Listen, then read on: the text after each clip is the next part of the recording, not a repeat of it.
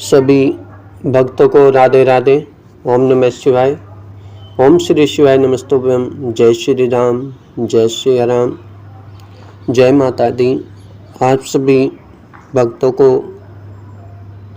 जैसा कि अवगत है कि हमारा राम कथा का कल प्रारंभ हो चुका है।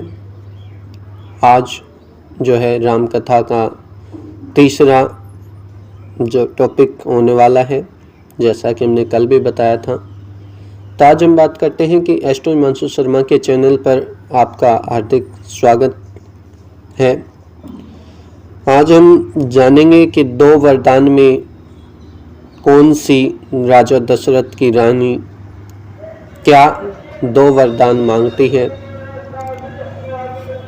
आज जैसा कि हमने कल श्यामवाली में अर्थात पार्ट नंबर 2 में देखा होगा कि जंगल और जनकपुर, जिसके अंदर राम लक्ष्मण जो है अपने पिता दशरथ की आज्ञा पाकर विश्वामित्र जी के साथ चल पड़ते हैं।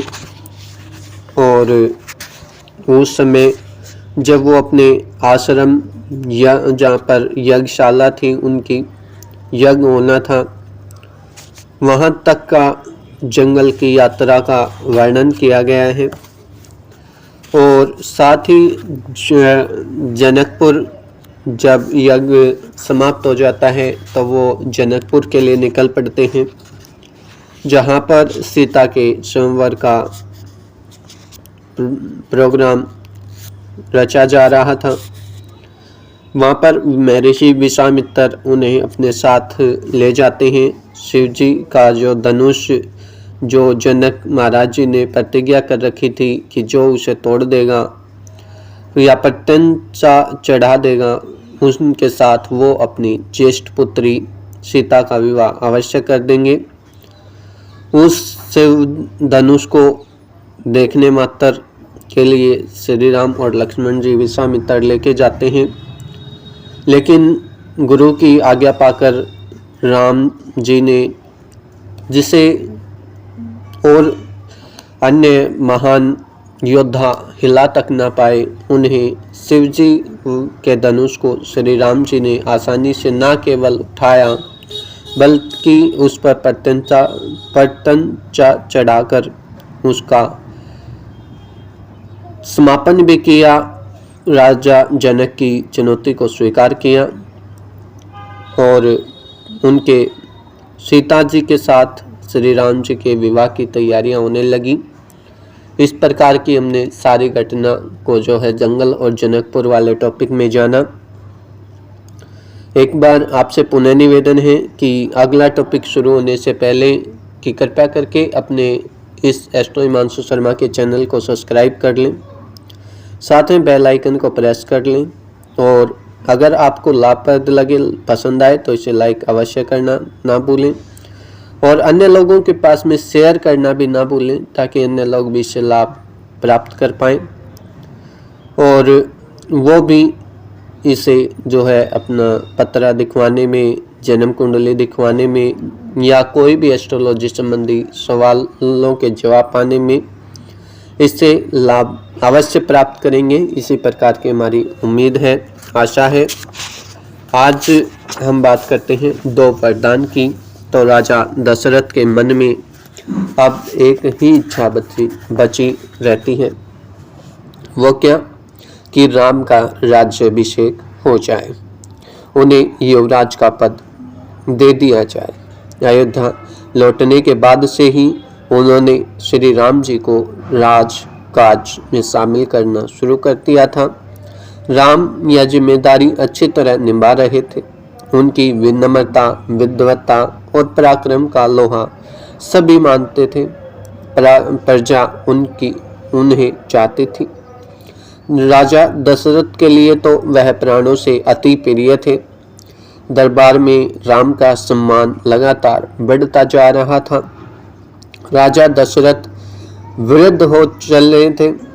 मुनि वशिष्ठ से विचार विमर्श के बाद एक दिन उन्होंने दरबार में कहा, मैंने लंबे समय तक राजकाज को संभाला है, चलाया है, जैसा मुझसे बन पड़ा। अब मेरे अंग स्थिर हो गए हैं, मैं बूढ़ा हो चला हूँ। मैं चाहता हूँ कि यह कार्यभार राम को सौंप दूँ। अगर आप सहमत हो तो राम को युवराज का पद दे दिया जाए। अगर आपकी राय इससे अलग है तो मैं इस पर विचार करने को भी तैयार हूँ।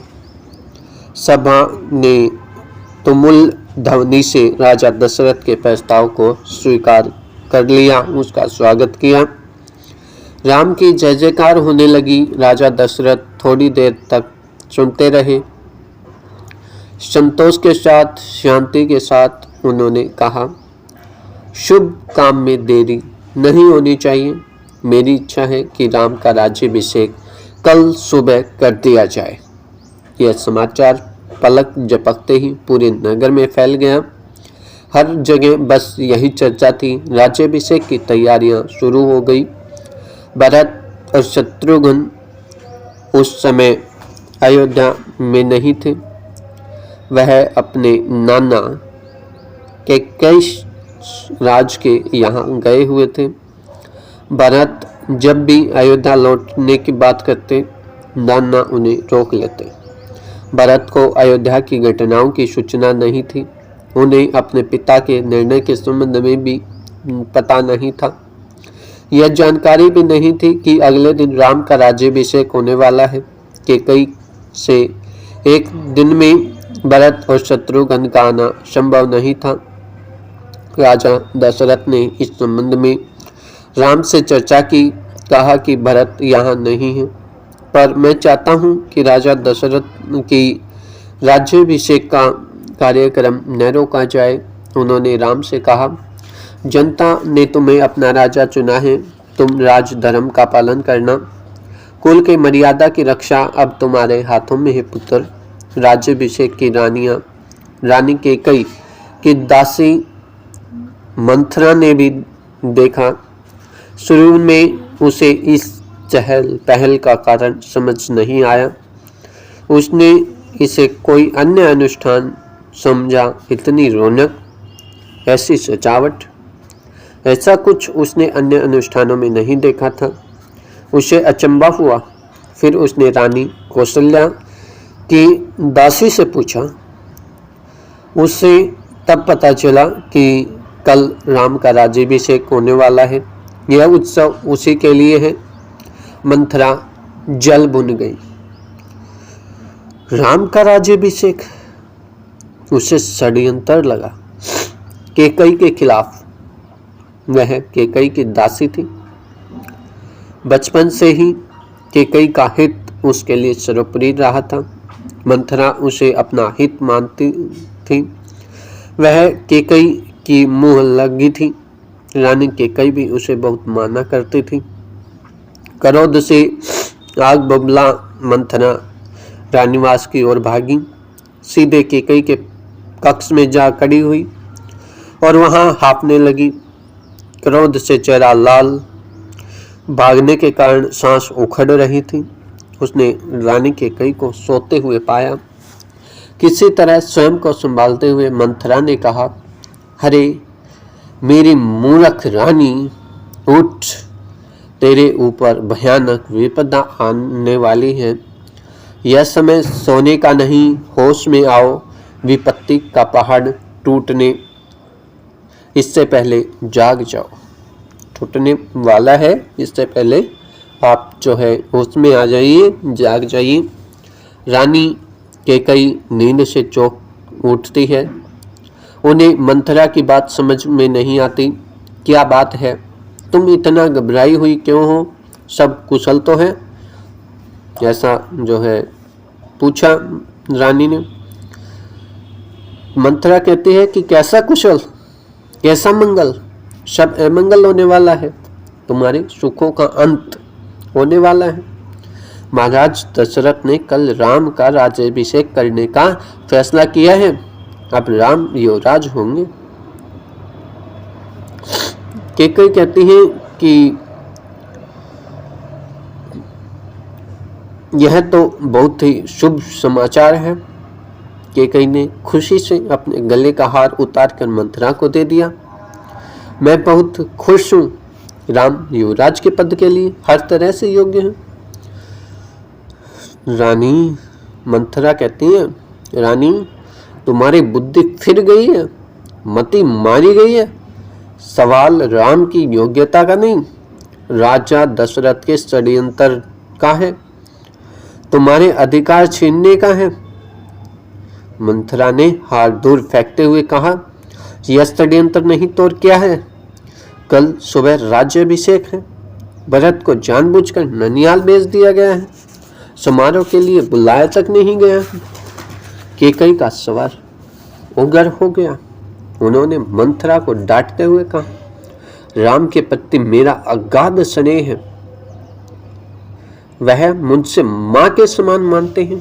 कौन कहता भाई? कैकेयी यहाँ पे कहती है क्रोध सबर में कि राम के प्रति मेरा अगाध स्नेह है, वह मुझे माँ के समान मानते हैं। तुझे इसमें षड्यंत्र दिखाई देता है? इसमें षड्यंत्र नहीं है, राम के बाद भरत ही राजा बनेंगे, राज सर्वथा श्रेष्ठ पुत्र को ही मिलता है। मंथरा पर इस फटकार का कोई प्रभाव नहीं हुआ, कोई असर देखने को नहीं मिला। उसके लिए यह दशरथ का षड्यंत्र ही तो था। वह रानी कैकेयी के पलंग पर बैठ गई, उनके बहुत ही निकट कैकेयी के चेहरे की ओर देखते हुए उसने कहा, तुम बहुत बोली हो, नादान हो, तुम्हें आसन संकट नहीं दिखता, दुख की जगह प्रसन्नता होती है। इस बुद्धि पर किसी को भी तरस आ जाएगा। समझो रानी, राम राजा बने तो तुम कौशल्या की दासी बन जाओगी, भरत राम के दास हो जाएंगे, वह राजा नहीं बनेंगे। राम के बाद अगला राजा राम का पुत्र होगा। अनर्थ को अर्थ समझने की मूर्खता मत करो रानी। राम को राज मिला तो वे भरत को देश निकाला दे देंगे, वे भरत को दंड देंगे। इस तिरस्कार से भरत की रक्षा करो रानी। कोई ऐसा उपाय करो कि राजगद्दी भरत को मिले और राम को जंगल भेज दिया जाए। कैकेयी पर मंथरा की बातों का असर होने लगा, उनका सिर चकरा गया। वह पलंग से उठी तो पांव सीधे नहीं पड़े, आंखों में आंसू थे, मन भारी हो गया। खुशी की जगह अव्यक्त क्रोध ने ले ली। मंथरा के तर्कों में उन्हें सच्चाई दिखाई देने लगी। तुम ही बताओ मैं क्या करूं? कैकेयी ने आंसू पोंछते हुए मंथरा से पूछा। मंथरा पलंग से उठी, कैकेयी के पास जा खड़ी हुई। उसने कहा, याद करो रानी, याद करो, महाराज दशरथ ने तुम्हें 2 वरदान दिए थे। दशरथ ने अपना वचन पूरा करने को कहा। कहो, एक से तुम भरत के लिए राजगद्दी मांग लो, दूसरे से राम को 14 वर्ष का वनवास। कैकेयी का चेहरा तमाया हुआ था। उन्हें मंथरा की बात ठीक लगी। उनके मन में एक प्रश्न अब भी था, यह बात दशरथ से कैसे कहे? उन्हें रानी पास बुलाए या प्रतीक्षा करे? मंथरा ने कैकेयी के मन की बात बांध ली। उसने कहा, तुम मैले कपड़े पहनकर कोप भवन चले जाओ। महाराज दशरथ आए तो उनकी ओर मत देखना, बात मत करना। तुम उनकी प्रिय रानी हो, तुम्हारा दुख देख नहीं पाएंगे। बस उसी समय तुम उन्हें पिछली बात याद दिला देना, दोनों वचन मांग लेना। मैं ऐसा ही करूंगी, महाराज का षड्यंत्र सफल नहीं होने दूंगी। मंथरा का लक्ष्य पूरा हो गया। चलते चलते उसने रानी कैकेयी से कहा, राम के लिए 14 वर्ष से कम वनवास मत मांगना। भरत इतने समय में राजकाज संभाल लेंगे। जब तक राम लौटेंगे लोग उन्हें भूल चुके होंगे। अब जल्दी करो रानी, समय बहुत कम है। रानी कैकेयी कोप भवन चली गई। मंथरा रानीवास से निकल गई। दिन भर की गहमी के बाद महाराज दशरथ को रानियों की याद आई। तुरंत रानीवास की ओर चल पड़े, उन्हें शुभ समाचार देने। सबसे पहले वह कैकई के कक्ष की ओर मुड़े। कैकई वहां नहीं थी। प्रतिहारी से पूछा, पता चला कि वे कोप भवन में हैं। दशरथ को चिंता हुई। कैकई कोप भवन में? परंतु क्यों? क्या इसलिए कि उन्हें अब तक सूचना नहीं मिली? मैं उसे अवश्य मना लूंगा, दशरथ ने सोचा। राजा दशरथ को भवन का दृश्य देखकर हैरान हो गए। उन्हें कुछ समझ नहीं आया। कैकई जमीन पर लेटे हुई थी, बाल बिखरे हुए थे, गहने कक्ष में बिखरे हुए थे, कपड़े मैले थे। तुम्हें क्या दुख है? क्या हुआ है तुम्हें? मुझे बताओ। ऐसे वस्तु राजवैद्य को बुलाऊं? दशरथ ने कई अनेकों सवाल पूछे, कोई उत्तर न मिला। कैकई रोती रही।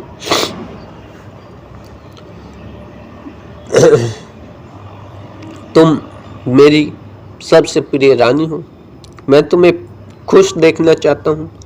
तुम्हारी खुशी के लिए मैं कुछ भी कर सकता हूँ, कुछ भी। धरती आसमान एक कर सकता हूँ। दशरथ ने कैकई को मनाने का बहुत प्रयास किया। उन्हें उत्तर नहीं मिला। दशरथ भी भूमि पर बैठ गए, विनती करते रहे। हाँ, मैं बीमार हूँ, कैकई ने कहा। मैं अपनी बीमारी के संबंध में आपको बताऊंगी, लेकिन पहले आप एक वचन दें। मैं जो मांगूं उसे पूरा करेंगे? राजा ने तत्काल हामी भरती।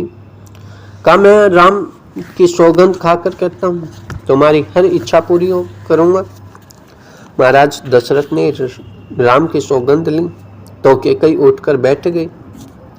आप मुझे वे 2 वरदान दीजिए जिनका संकल्प आपने वर्षों पहले रणभूमि में लिया था। महाराज दशरथ ने हामी भरी। कल सुबह राम का राज्याभिषेक भरत का हो। कल जो सुबह राज्याभिषेक होगा वो भरत का हो, राम का नहीं, कैकई ने कहा। दशरथ भौचक्का रह गए।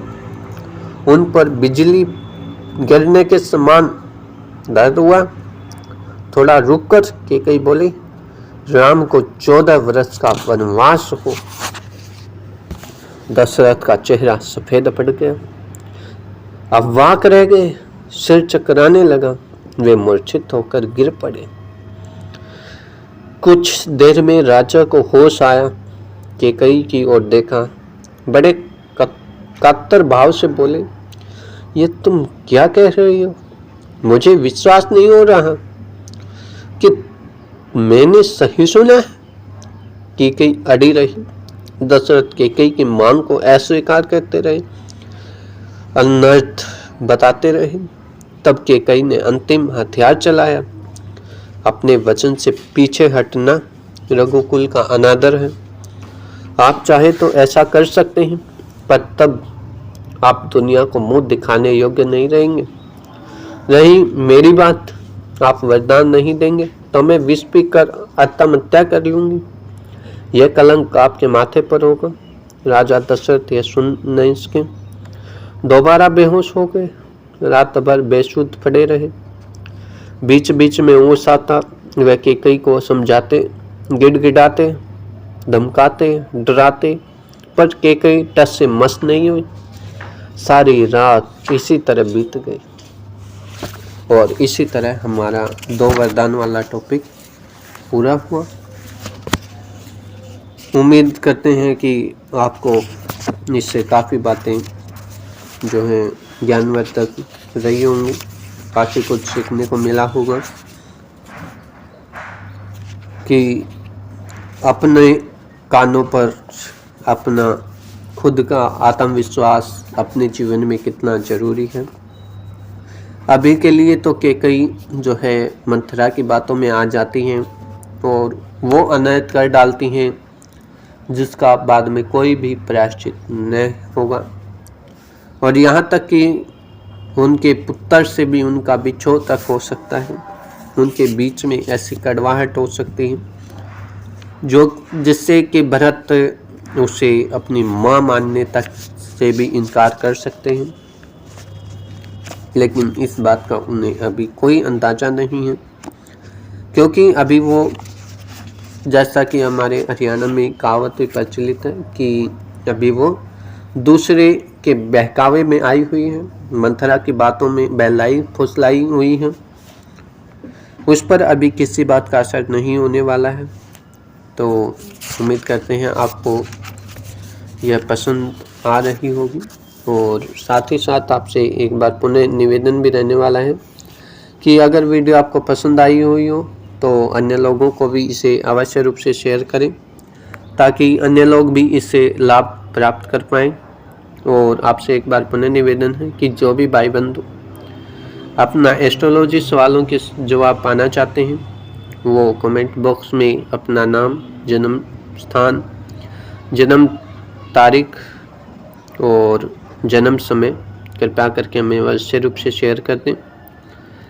और अगर आप केवल मात्र अपनी ग्रह स्थिति दिखाना चाहते हैं तो आप अपना केवल मात्र नाम हमें बता दें, या और साथ ही दोनों प्रकारों में आप अपना कॉन्टैक्ट नंबर हमें अवश्य रूप से कमेंट बॉक्स में शेयर करें, ताकि आपसे संपर्क करके आपको उचित और सटीक जानकारी के साथ साथ आपको अच्छे उपाय भी दिए जा सकें, जो कि आप सरलतम और सुखतम आधार पर उन्हें पूरा कर पाएँ।